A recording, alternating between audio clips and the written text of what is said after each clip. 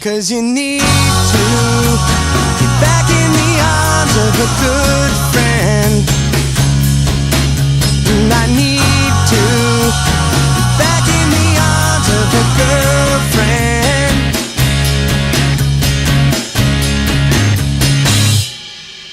I didn't know nobody, and then I saw you coming my way.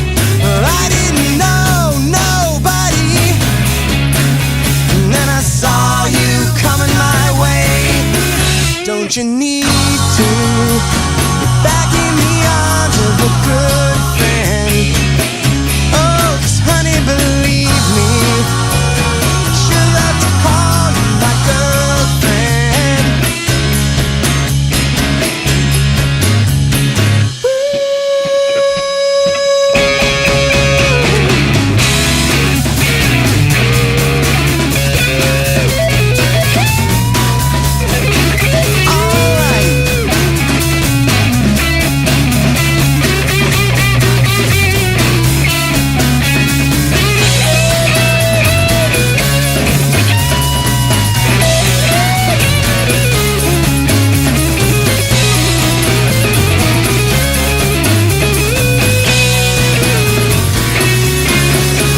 Don't you need to get back in the arms of a good friend? Oh, 'cause honey, believe me, I sure love to call you my girlfriend.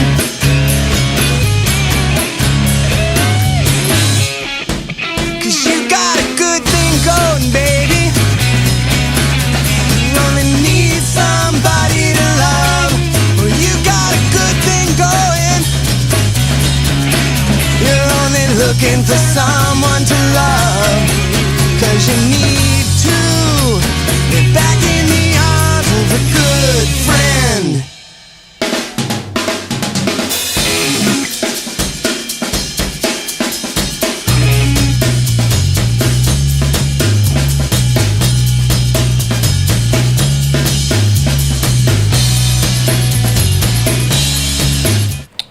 All right, so last time we were looking at how to analyze recursive algorithms, and we went through a recursive version of binary search. Remember that binary search, the recursive version, makes one non-recursive comparison for each call, and then it makes that one recursive call for each input, but it's on half the size because you're either going left or you're going right, and you're cutting it down in half each time. That means that we have a recurrence relation of this form. Right? There is a single recursive call on an input size of n divided by 2, and then there's one additional comparison non-recursively to determine should you go left or right. That means that we can apply the master theorem because it is of this form.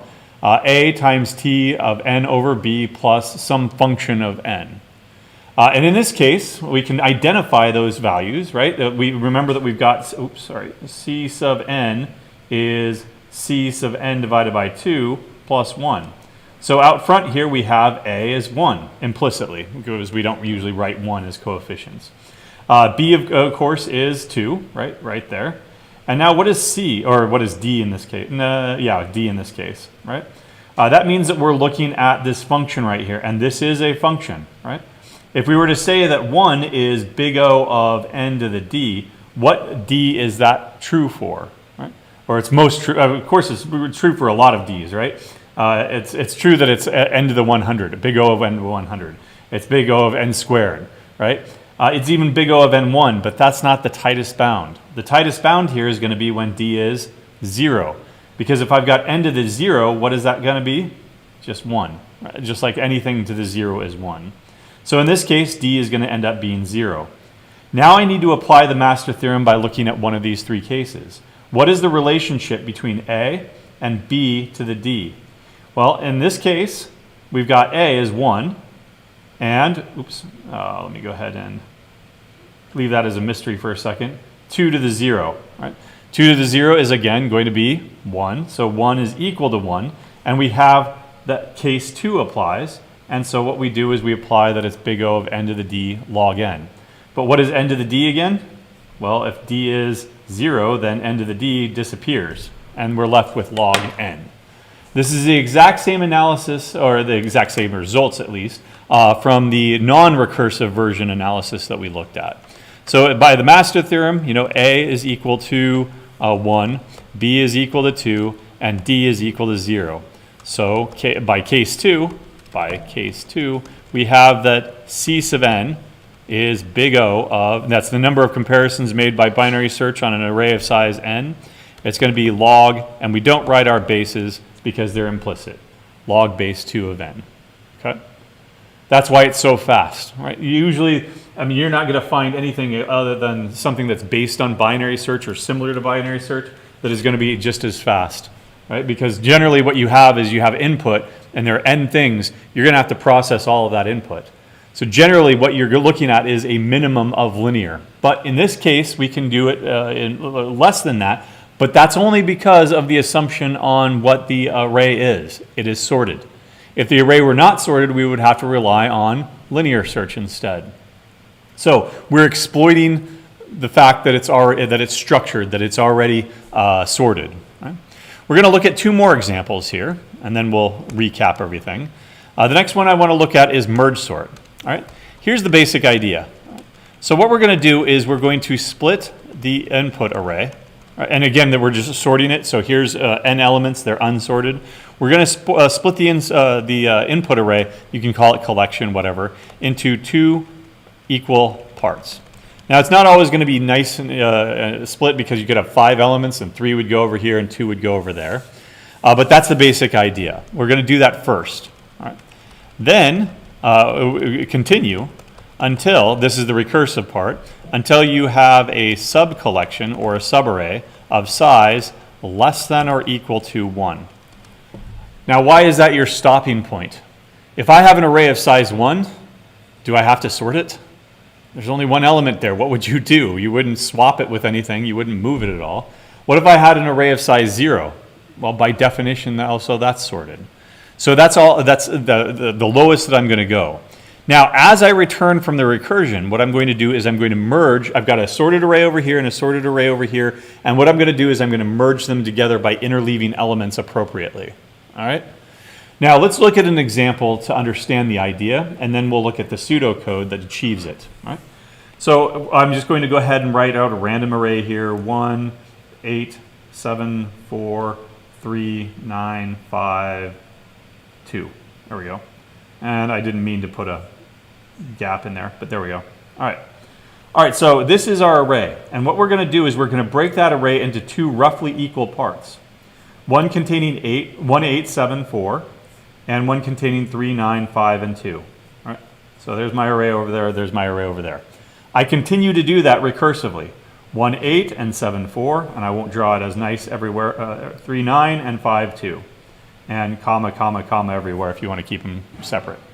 Then you break it up even further on 1, 8, and that's where I stop, right?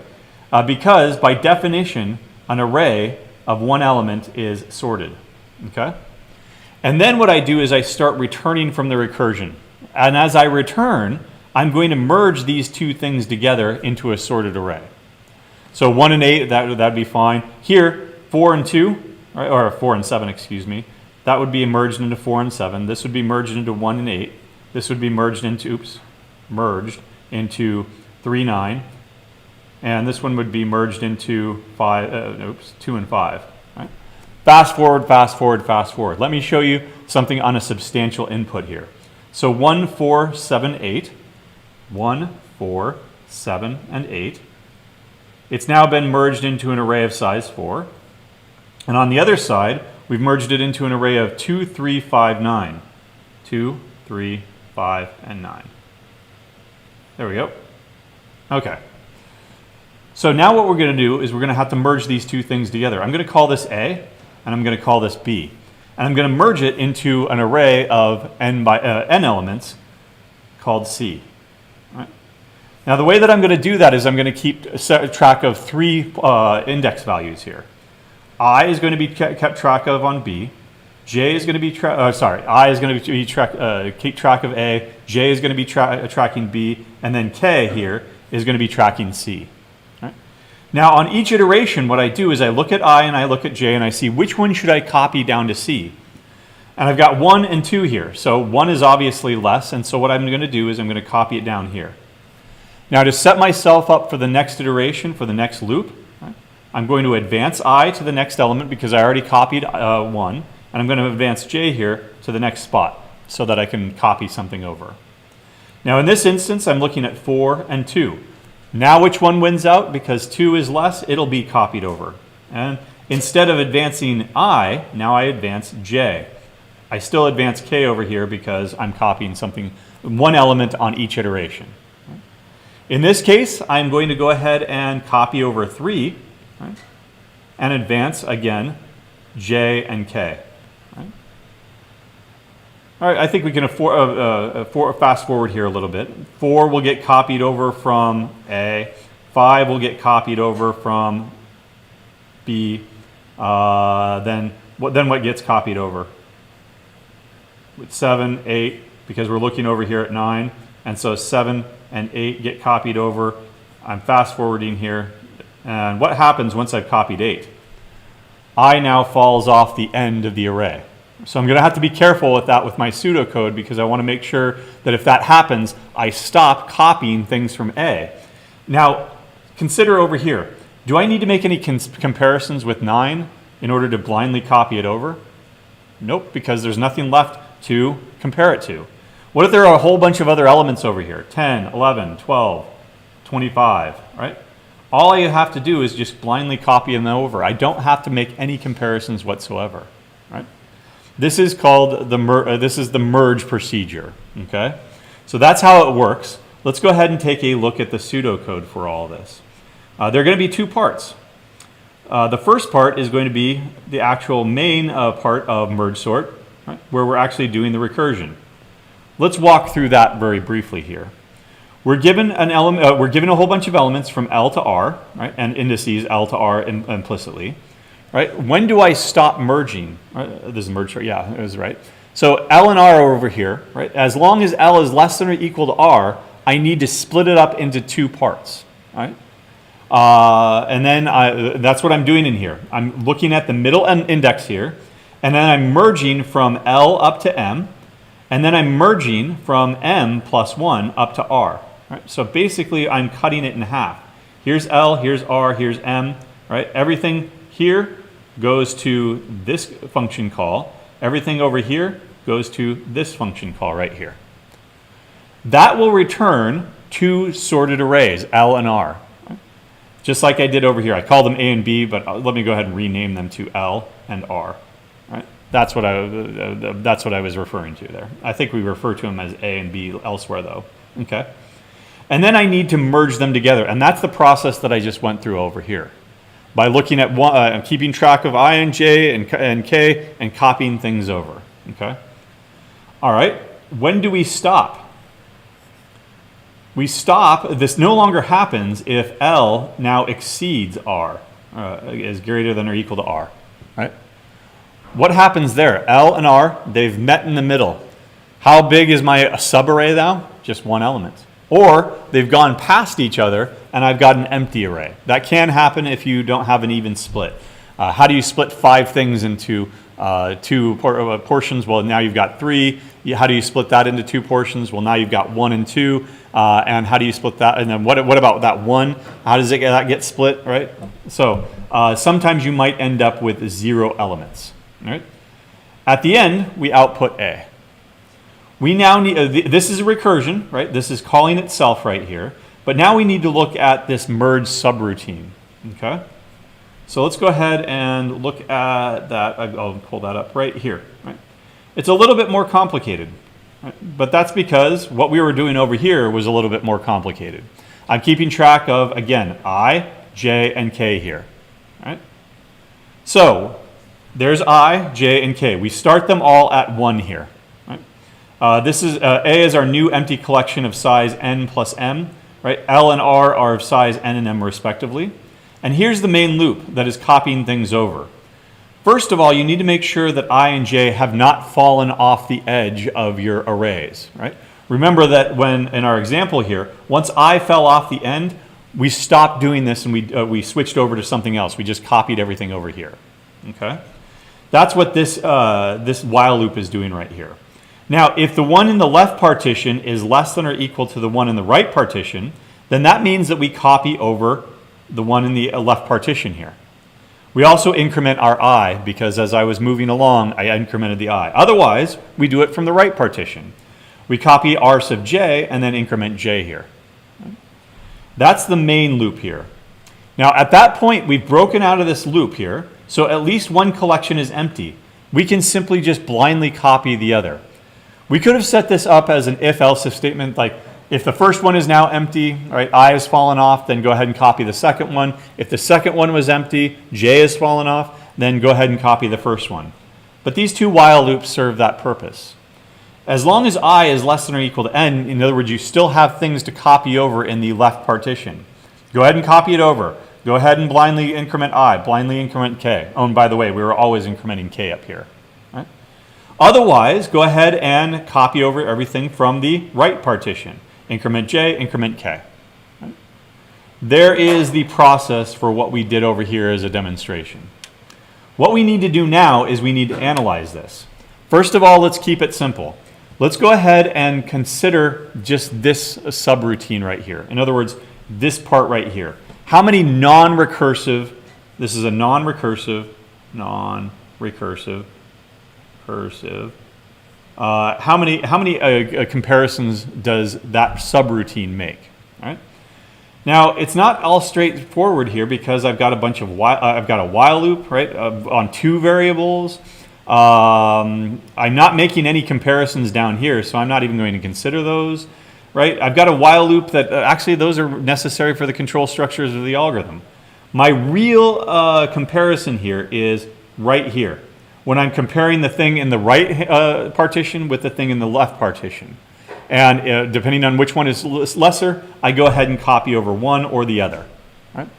But otherwise, there is one comparison for every iteration of this while loop. Right? Now, instead of setting up a summation or something like that, let's just reason about it with this example over here. Right? Let me go ahead and back it up. Not all the way, but let's go ahead and just back up the indices over here. Right? All right. So when I copied over 1, and what I was doing, I was comparing 1 and 2 to see that I should copy over 1 over here. That means I made one comparison. Okay? I ultimately advanced I over here, there. Right? Now I was comparing 4 and 3 to copy over, 4 and 2, excuse me, to copy over 2. That's my second comparison. Right? And again, I would have advanced j now. Right? Do you start to see the pattern? Every time I copy something over, I make one more comparison. I'm counting them up. 1, 2, 3, 4, 5, 6, 7, and what about 9 here? Did I actually make any comparisons to copy over 9 again? Nope. So, how many elements were originally up here, by the way? There are n elements in total, 8, 4 in one, 4 in the other. And ultimately, how many comparisons did I make? 7, right? So, what is the pattern? If you have n elements up here, n divided by 2 and n divided by 2, right? To copy them all over, in the worst case, how many comparisons are you going to have to make? N minus 1, right? In the worst case. What about the best case, by the way? The best case would have been 1, 2, 3, 4, 5, 6, 7, 8. I compare 1 to 5, 2 to 5, 3 to 5, 4 to 5. All right? And then I can blindly copy over everything else because I've copied everything over here. Right? In that case, so here's the worst case. Oops, let's go ahead and change that to worst case. We've already said that it's n minus 1. But in the best case, I could get away with n divided by 2. Right? Now, as we've already seen with linear search, right, the worst case would be n minus 1. The average case would be n divided by 2. Is there really a difference between these two functions at the end of the day? What kind of a function is this? Linear. What kind of a function is this? It's linear. This one has a lesser slope if I were to graph it, but at the end of the day, what the growth rate is still in the same ballpark, right? They're both still linear. So let's go ahead and consider this here, right? This is going to make n minus 1 comparisons. Right? In the worst case, I don't have to say that. That's the default. Okay?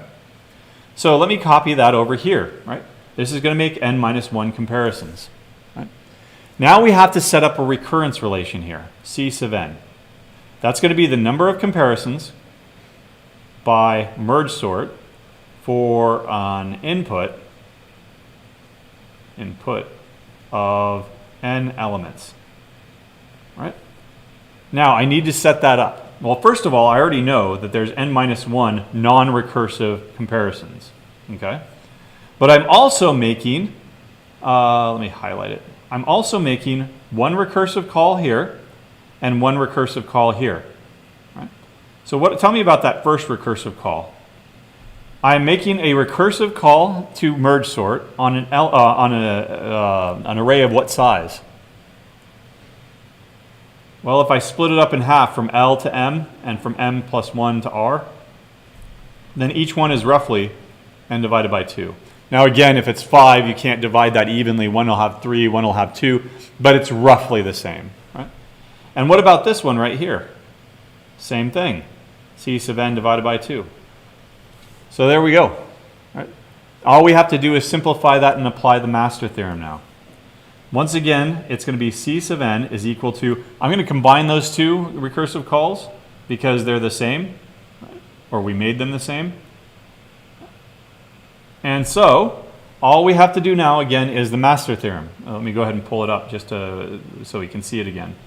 Come on. Oh, picture. There we go. Where's master theorem? Master theorem. There we go. All right. All right, there it is. Okay. Now, all we need to do is identify A, B, and D. Well, A in this case, that is the number of recursive calls, is 2. What about B? That's the amount that you cut it down in each iteration. B in this case is going to be 2 because we cut it in half each time. Now, what about D? Our f of n here is n minus 1. You can immediately say without proof that that's going to be order n, order n, right? That it's linear. So what D gives me that? 1. Once again, go ahead and compare A versus B to the D. In this case, it's 2 versus 2 to the first, and so they're equal. Once again, by case 2 here, we're going to have that it's order n to the d log n. Well, once I insert d is equal to 1, it's going to be n log n. Do you remember what we called that thing? It's not quite linear, right? But it's definitely better than n squared, right? The merge sort, or insertion sort, selection sort, right? So what is this thing called again? Quasi-linear, right? It's almost linear. We'll talk about that again here, right? But that's a guarantee. Merge sort has a guaranteed running time of order n log n, right? So to review here, again, using the master theorem, we know that merge sort has a guaranteed complexity of n log n. We call that quasi-linear because that annoying little logarithmic term there, in practice, it's almost nothing, right? You can go ahead and go up to 1 billion elements and it'll be only 40 times as big or something, some constant, right? So a lot of times we ignore even those logarithmic or lower order terms there. One more sorting algorithm and then we'll review. So have you seen quicksort before, or maybe you've heard of quicksort? If not, that's okay. We're going to review it. Here's the basic idea. Right? March Madness is over, right? Because it's April, right? So the basic idea here is you choose a pivot element, right? And so what is a pivot element now? That's why I was talking about basketball, right? A pivot element, once you've got the ball, right, step, then that foot that you just stepped second time, that's your pivot foot. You can move around that pivot foot as many times as you want, but you can't pick that pivot and move it, right? We're going to go ahead and call that P, right, just to give it a name, right? Then we're going to partition all the other elements around P, right? Those smaller go left, those larger go right, right? That's why we're pivoting around it. And then at the end, we will place P in the middle, right? And that's where it needs to be. We don't ever look at it again. Then we'll recurse on the left and the right until ... you have an array of size less than or equal to 1. Again, you could end up with an empty array. You could end up with an array of size 1. By definition, you don't do anything with it. All right? Let's look at a really quick example here, and I'm not going to bring in pseudocode. Instead, you're going to do that in your lab. You can look at the book or the reference book, or hundreds of different things that you can look at. But let's go ahead and, I don't know, I'll generate another 8, 5, 7, 9, 1, 2, 10, 1, 2, 3, 4, 5, and let's go ahead and go with 4. All right, there's my array. The choice of a pivot element actually does matter, but generally what you can do is you can just choose the first element as your pivot.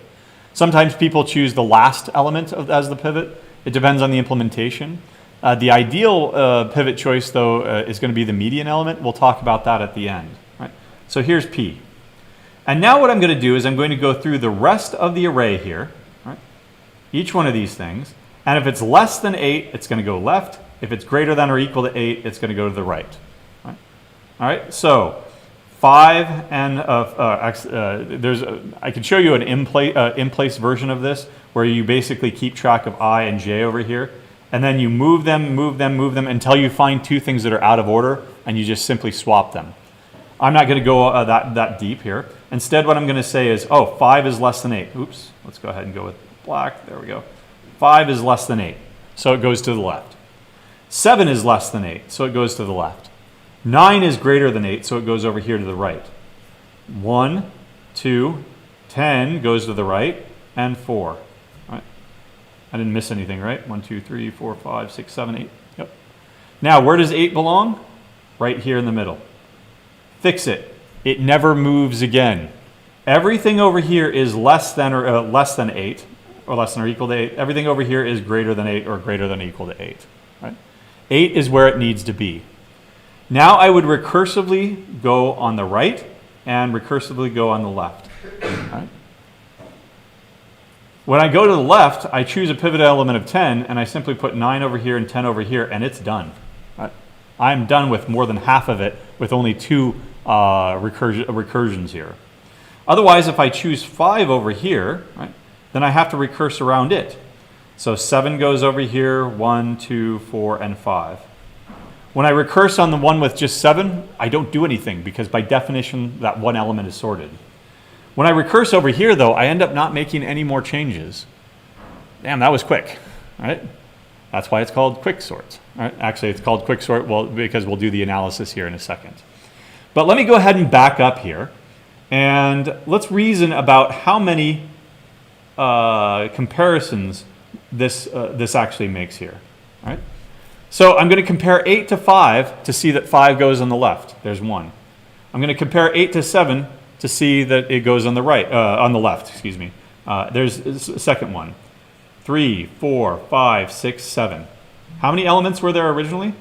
8. We can start to see a pattern here, right? And so I'm going to, how many comparisons do I make? N minus 1. And that's not in the worst case, best case, or anything. That's just period, right? I'm going to compare that one element to all the other elements, and if there are n elements, then there are going to be n minus 1 comparisons, because I don't compare 8 to itself, right? All right, that's the non-recursive part. Now, what happens when I split this up into a left partition, then the pivot element is in the center, and then a right partition, right? So we're going to look at a couple of assumptions here. Right? Let's go ahead and look at scenario 1. Scenario A. Right? Suppose the split is even. That is, in the left partition, there are n divided by 2 elements. Then you've got your pivot. And in the right partition, right, you've got n divided by 2 elements. Now, I know that there's going to be one less because we don't ever consider the pivot element again. Don't worry about that, plus minus 1. That's why we use big O analysis. We don't care about those lower order terms, right? That means I could set up a recurrence very, very similar to merge sort. I make a recursive call for the left, which gives me c sub n divided by 2. I make a recursive call for the right, which gives me c sub n divided by 2. And then remember that we make n minus 1 comparisons to partition that in the first place. And we already did this one. In fact, it's exactly the same. This is going to be big O of n log n. Right? Why? Because there are two recursive calls on things half as big, and then we're doing a linear amount of non-recursive work. Okay, so that's good. That's done. Right? In the best case scenario, that's the best case, by the way. The best case scenario, you have an even split. You could have another scenario there. What about the worst case scenario? Worst case. There we go. So here is where it's going to be uneven. And here's the worst possible thing that could happen. There's 0 elements in the left partition. Your pivot element is right here. And then how many elements are over here in the right partition? Right or left doesn't matter. N minus 1. Okay? Now if I did that, consider the setting up the recurrence now. I do a recurrence on an array of size 0. Right? We need that, but it doesn't just go away automatically yet. Right? Plus, I make a recurrence on an array of size n minus 1. And to do that, again, I had n minus 1 comparisons non-recursively. Okay? Now consider the base case here. If you have 0 elements in an array, how many comparisons do you use to sort that? 0. Right? It does go away in the end, but not immediately. All right? So this is equal to c sub n minus 1 plus n minus 1. Now let me pull up the master theorem again. Master theorem, there we go. Can we apply the master theorem in this case when I've got this thing right here? Is it of this form? Well, we've got an f. Yeah, that's fine. That checks out. But what about this thing right here? Am I cutting it down by a multiplicative factor each time? 1 over b times 1 over b times 1 over b? Nope. I'm decrementing this. Now, you might have taken, or you might be taking 235 right now. That's discrete math. Have you done linear homogeneous and non-homogeneous recurrence relations? And you've solved them? Nope. You might have taken Math 221 if you're far along as an engineer. That's differential equations. Yes, no? Well, this is a difference equation. It is a discrete version of a differential equation. Right? And you can solve this. This is a linear non-homogeneous recurrence relation of degree 1. You can apply a bunch of things to solve this, but let me go ahead and just apply algebra. We don't need any of that advanced mathematics for this. C sub n is equal to c sub n minus 1 plus n minus 1. Now what I want to do is I want to unroll this equation. Basically, I want to get rid of the recursive term here. Well, how do I do that? Well, if I were to plug in n minus 1 over here instead, right, then what equation would I get? Over here I would get n minus 1 but minus 1, but that ends up being n minus 2. If I plug in n minus 1 over here, minus 1, that would also be n minus 2. So we have c sub n minus 2 plus n minus 2 plus n minus 1. Right? Let me do that again. I need to get rid of this term because it's the recursive term. If I were to put n minus 2 into this equation over here, I would have n minus 2 minus 1, which would be n minus 3, and n minus 3 over here. So this is equal to c sub n minus 3. Don't lose all of your other terms though. N minus 3 plus n minus 2 plus n minus 1. Now I can keep doing that. I can keep doing that n times. And once I get down to n times, I've got c sub 0. And we already said what that was. What is that? That's 0. That goes away. That's finally when it disappears after I've unrolled all this stuff. But there are a whole bunch of other terms. There's n minus 1, so n minus 1, right? Plus n minus 2, plus, and now I'm working up to these right here. Basically, actually, what I'm doing is I am reversing these. There we go, there we go. plus n minus 3 plus dot dot dot plus n minus, what is it going to be? N minus 1, so that's going to end up being 2, let me go more, 3 plus 2 plus 1, right? And again, this is 0 here, okay? All right, well, what does this look like? 1 plus 2 plus 3 dot dot dot plus n minus 2. This is a summation that we've now seen several times, right? It's a summation of natural numbers, 1 up to n minus 1. Right? And we can apply Gauss's formula to get that it's n minus 1 times n minus 1 plus 1, so that simplifies to that, over 2. Right? And we don't have to do too much work here to see that this is order what? N squared. Right? So in the worst case, quicksort turns out to be not so quick. Right? Now again, it's very unlikely that that's going to happen though. Let me go ahead and, come on. No, you can't do that. Nope. I can't select that anymore, okay. Nope. All right, whatever. Anyway, that split, let me go ahead and redraw the split, where it's very, very uneven. There's 0 elements over here, then you have a pivot element, and then everything else over here, n minus 1 elements. That's extremely unlikely. When is that going to happen? When it's already sorted. 1, 2, 3, 4, 5, 6, 7, 8. Right? Well, if your pivot element is 1, everything stays over here. It stays where it is. Nothing over here.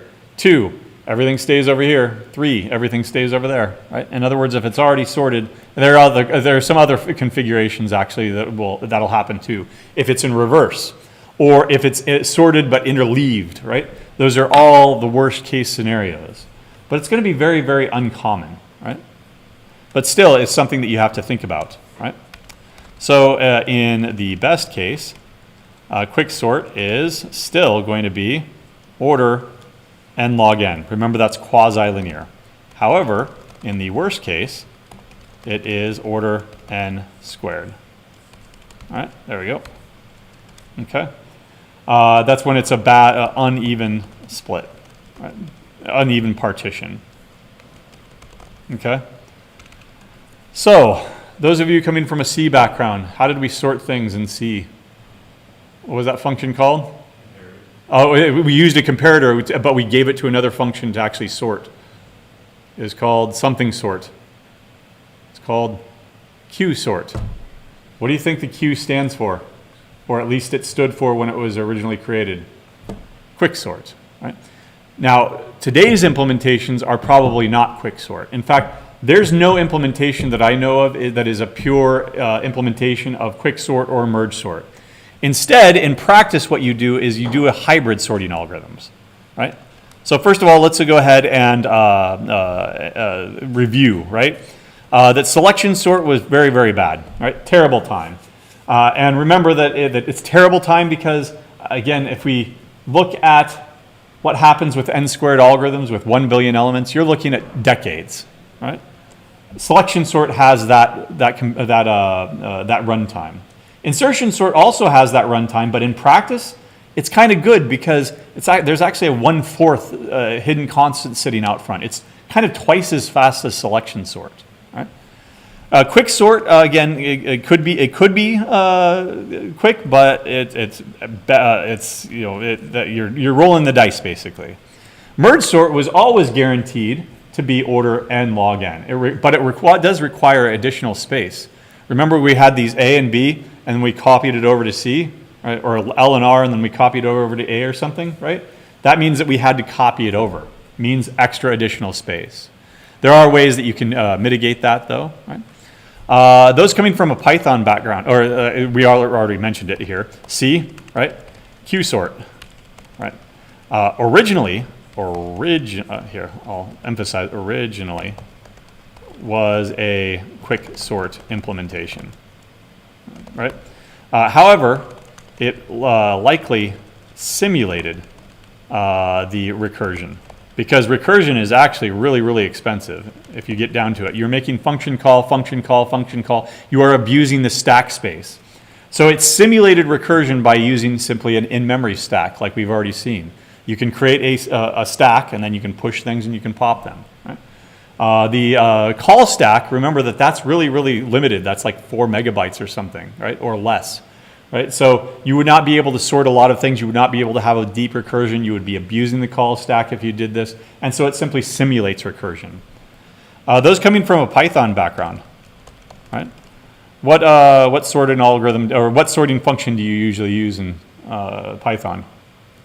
What was the function called? It's not a trick. It's just sort. Or there's another one, slightly different, sorted, right? So you can use either one of those. One of them sorts it, the given array, or the given list, excuse me, and one of them returns a new copy that is sorted, right? I forget which one is which, right? But the actual implemented, have you ever looked at it? Using timsort. Right?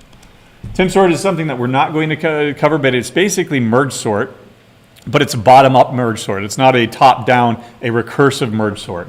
What timsort does is it realizes in practice there are going to be like long strings or sequences of elements that are already sorted, right? So let me go ahead, I'll start here and I'll find, okay, that's in order, that's in order, that's in order, 5, 10, 20, 30, 40, all right, oh, now it's 4 again. All right, well, I found this sequence over here that was sorted. Let me find another sequence that's sorted. 4, 10, 15, 72, 101, then 3, right? Okay, well, now that's no longer sorted, so I've got one segment that's sorted, I've got another segment that's sorted. Let me go ahead and merge them together quickly. Now I've got one segment that's sorted, and I look for another segment that's sorted, right? And it's named after Tim Peters, right? By Tim Peters, who invented it, and then he invented it and put it into Python, and then it became actually adopted by many others, right? Was then adopted by Java and other languages, right?